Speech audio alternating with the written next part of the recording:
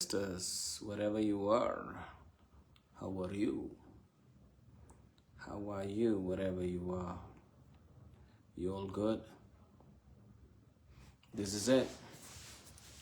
Some new lines for you. Good evening, wherever you are. I don't know what time it is. Some of you in school, some of you just getting back now. But I want to share some few things with you. And before I share that knowledge that I want to share today, I'm going to do some spoken word. For those who are turning on now, I'll do a little bit of entertainment. And then I can talk about what I feel like I want to talk about today. And so when I finish talking, and if you like what I'm talking, there's going to be links of numbers of the cause that we're supporting, where you can go there and put your contribution, because we want to go and help our people back on the ground who need our help. The UN is not doing much right now. The attention of the world is not in South Sudan. So I want to share with you a spoken word, and this is how it's go. Below zero and above 100 degrees, even when my body and my spirit disagree. I swear the pain on my feet, scars on my knees, rather die on my feet than live on my knees. I swear and I wear the pain on my feet, scars on my knees, I'd rather die on my feet than live on my knees. Grandma said the road ain't test. Grandma said the road gonna test what you believe. Cold nights, hot days, still never freeze. See brothers lose hope, traded dreams for ease. I choose scars over pain, chose truth over peace. Freedom don't come on a silver plate. Price is blood and life, yeah, that's the weight. Every step I take echo history pain. But I walk life tomorrow already knows my name. From the ashes of doubt, I learn how to rise, turn tears into fuel, turn loss into drive. When the storm tried to break me, I stared it in the eyes. Said you can't bend my spine, but you won't take my pride. I seen angel in gutters, kings behind bars, seen hope spark light in dark of our hearts. If the world say kneel, I say I am for the stars. 'Cause the freedom is a fight, but the fight made us smart. So when the temperature of the war, or the temperature war with my soul, and the maths don't add up, I'm still playing and paying the toll. I stand tall for the ones who ain't make it back home. Every verse, every step closer breaking these chains. I was born. Basically, this is some freestyle. Not really, because I wrote the words in just a few minutes ago for you guys, and I'm just reading them on my computer, so it's not yet memorized. So you write it down, and the coolest thing, you write down your verses. And there's something called ChatGPT right now, make it so easy. So you write your verse, you write your line, then you put it in ChatGPT. It organizes everything and make it easy. So good evening for everybody who's listening now. As you know, what I want to tell you today is a lot of things, You know, I have so much that I could share. What is the story of today? What's the story that inspired me today that I would like to share? The story of today, there's a lot of things. One of the story that inspired me today is those, you see, I saw videos today, and these videos of government soldiers storming a village with few people, just as Orange said. It's a video and photo clip sent from the people on the ground. Orange said, leave nothing burning. So basically, they burn a whole village down. Some men boasting, they were wearing bulletproof vests. They were really well armed. And then just showing themselves off. And then you see the unity of the young men from Law earlier. When you just see like these young boys, 15, 18, 21, some of them going to the battlefield without guns and beating well-armed men. You know, this is crazy. Just imagine if these people were really armed, if they were in equal arm, just like the way the government is. What would really happen? Like the government forces came from Juba, fully armed, burned a village down. Luckily, there were not a lot of people in that village because everybody has escaped, but they burned it to the ground. So the white army, which is the young villagers, the boys, where you find there's 20 men, one gun, the rest of them with spears and machetes, and just sacrificing their life, moving to men who are fully armed and beating men with the modern equipment. It's an embarrassment for the government of South Sudan. Now, one guy's story said, look, as long as the guy who's wearing that bulletproof, as long as that guy who's in that car is a Dinka, no problem. I'll give my life to him for my freedom. And he says, for them to capture whatever that truck is, because most of them are not armed, so some of them have to give their life. So they managed to capture several trucks of government trucks today and 3 tanks. So government lost a huge battle today. They lost. Like they invested so many heavy equipment for war. Investing in war than investing in peace. You know, now watching that to see South Sudanese kill themselves. Now, President Kiir, seriously, just so you can cling to power and just so you can rob the freedom. Now, I think God must have spoken because he come with the fully armed. And as I told you guys, this year is the year for President Kiir to fall. Nothing will stop President Kiir, no matter how hard he's tried. I've seen today, Tooth Cow has been sent with a delegation with a Dut to go to Nairobi. Now, what are the key things that probably they're going to do? 1, try to get Ruto on their side to solve them the issues that are happening in South Sudan. Also, trying to go and sign peace deal, you know, trying to see if East Africa can come back to them. Now, President Ruto sent a delegation to Kiir before, and that delegation was headed by late Raila. And imagine they refused to listen to Raila. Raila was pushed around. One of the legends, one of the greatest politicians African have ever seen in our time, with so much endurance. He's a peacemaker because he actually made a one of the statements he did one time, instead of making my countrymen divided, I'd rather push for peace. And that's why they did the handshake with Ruto, so that they could calm down the challenges that were happening in Kenya.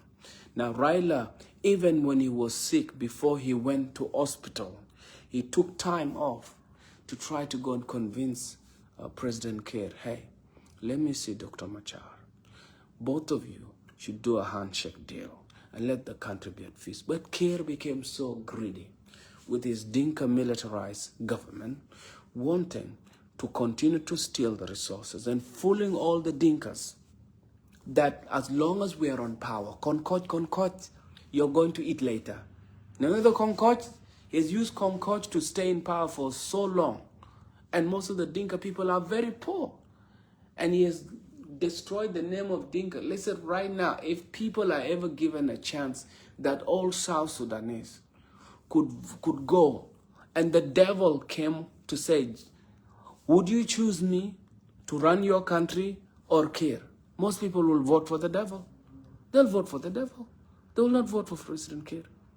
Like the nightmare right now President Kiir has produced in South Sudan, that for any Dinka person to run for president in South Sudan, even the Dinka themselves would not vote for them. Because look at what you have done. You have all the economy, you have all the resources, you have everything. God has given you everything.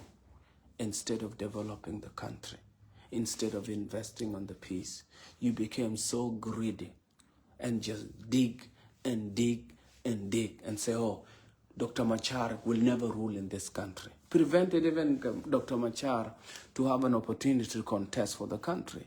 Messed him, put him in jail. Just see what greed can do. Now Kiir is going to suffer.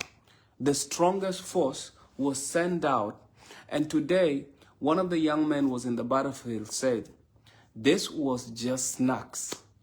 They have not tested the main meal yet. So they're coming to Bor. So if you're in Bor, you better run away from Bor, because clear soldiers that were sent, they did not meet the real full force yet. They met the guys that went to look around in the bush.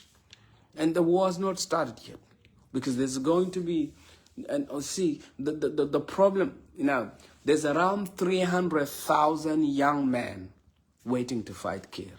Well, they don't have the military stuff.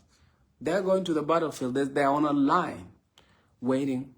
Because when Olin said, kill the babies, kill the women, burn that message has gone everywhere, ton. Like, what kind of a leader would say such things? What kind of a leader would say such things? Like, right now, I'm an activist. And my main point right here is to say, like, I remember I was in Toronto one time, and there was a Somalian driver, and he asked me what country I come from. And I said, I come from South Sudan. And he stopped and he said, look, man, you guys have got the worst president on earth. The worst president. According to him, he said, your president does not know how to be president. He does not know what to do. Because the country is so wealthy.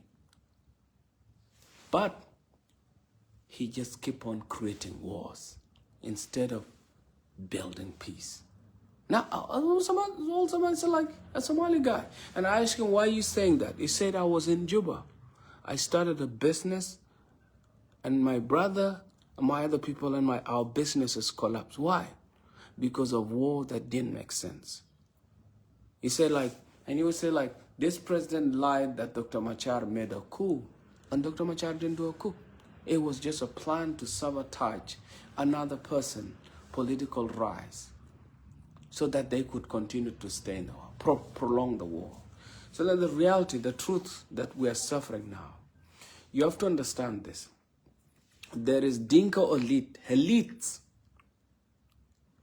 that have deals, big contracts. So this is not about Jing anymore. So if you're a Dinka guy, listen. There is Dinka elites that sign contracts. And because they sign this contract, they need President Kiir to stay in power long term. And because they want President Kiir to stay in power long term, they create a philosophy. And the philosophy is, we want to rule over years. And mobilizing all other Dinkas to say, concoch. Bankan and nearly change Gamo. When everybody here is sick. So sometimes the concoch can be so bad and can destroy the country. Now the concoch has destroyed our country. Because if you look at the history of Dinka people, if a leader is bad, the Dinka people will sit down and they'll go and face the leader.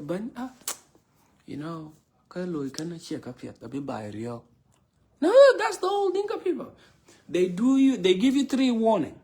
The first delegation, if you study, Dinkas used to have kings long time ago. And so I was learning from a professor, Anto Diouf, if you want to learn about the Dinka history, how they used to have kings. The Shuluk used to have kings. The Dinka had kings. Nuer used to have kings, but they destroyed the idea of kings and started something called equality, because they realized kings were so greedy and all the powers fall about them.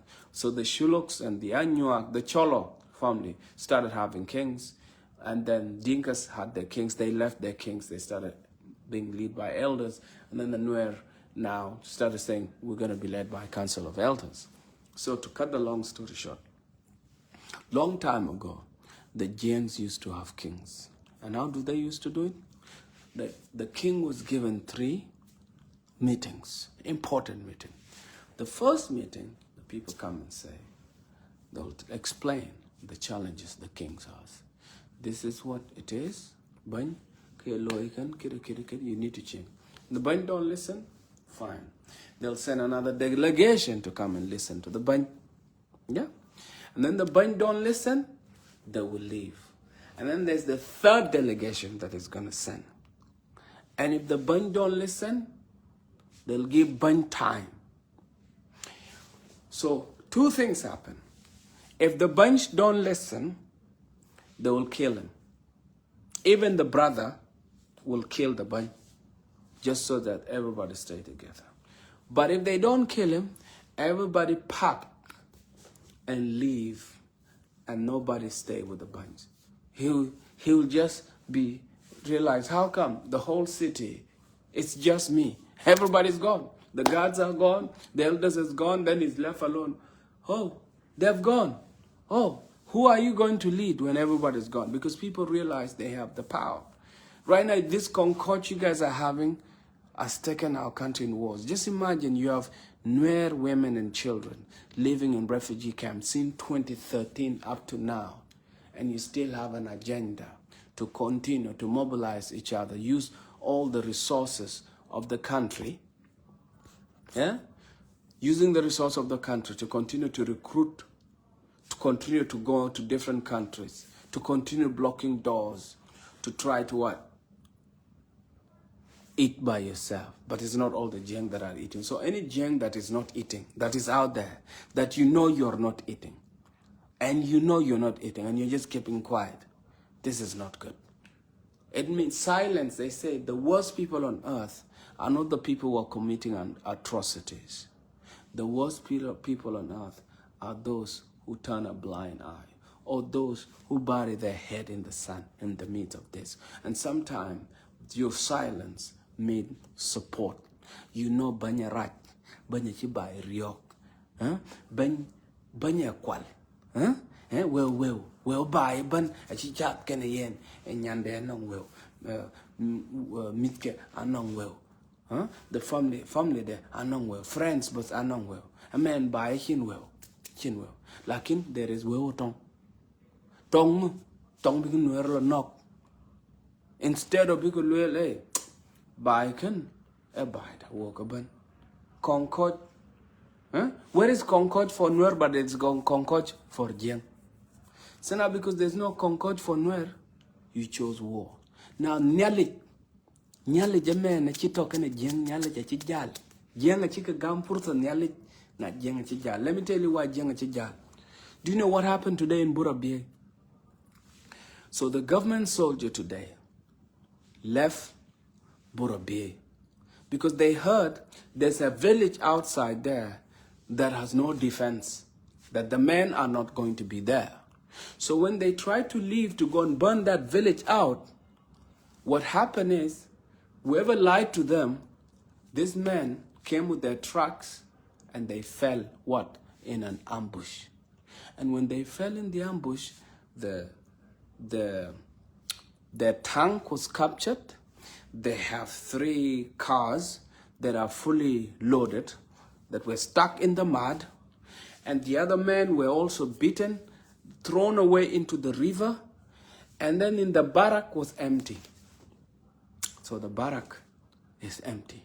Now, we don't know what's going to happen, but tomorrow you may realize we don't know if there'll be any survivors in Burabie. So that is a knowledge, a chijam. Knowledge a man, a chijal. Tene jiang kwa shababu jiang a courage, a yika loy na chin ka pethika loy. Even if you pray, you know what you do. There's something Kwal Manyang said one day. Coleman Young said, we know that everything Kir has done is wrong. We know Dr. Machar is right, but we're going to stand with Jing. Seriously, my brothers. Where is the ethic? Where is the freedom fighters? Now we have like heroes of SPLA, some of the top men. One day I met one of the top generals from SPLA. I don't want to embarrass his name, but he was a great general that I saw in Panido, and I also saw him in Bonga one time. He was walking with shoes that are torn, with clothes that are torn, and he was so broke. So broke. Yeah, so broke. I gave him $100. And he almost cried. And he said, I fought for this freedom. This is the first time I saw $100 bill. Imagine a freedom fighter for the country that was a commander a long time ago has not even tasted. So now in this government, we have few elites that are eating and mobilizing, giving an illusion to most of the young people that they are going to benefit and telling them concoch for 13 years with no schools. Yeah? There are no roads. You go to Boer Town, there are no schools, there are no university, no hospital. Probably the only place that has got something is in Awil. Probably that's the only place. But if you go to Borland, most of the top generals that were in the battlefield a long time for SPLA lost hope. They become cattle keepers. So they have their cows, they move with their cows in the bush, and they don't want to say anything. But the truth is this. In my blood, we don't like humiliation. Period. And if you humiliate us, there's a saying, as long as the only 4 people in Nuerland that will not object is somebody called Shamjesh. And a Shamjesh is a psychopath, a narcissist, and a Machiavellist. The next one is Dwar. Dwar is somebody who's bleed, like the brain don't see, they can easily be fooled. And then you have Botch, a coward siding with the other side because he's afraid of their life. When he sees this side has more power, he'll betray his own people. And then the 4th one is called Ramaluzbol. This is someone who's afraid of hunger. Those are the people that never stand with their people in our culture. But everybody else, in their DNA, if they know this is not right, they will object it.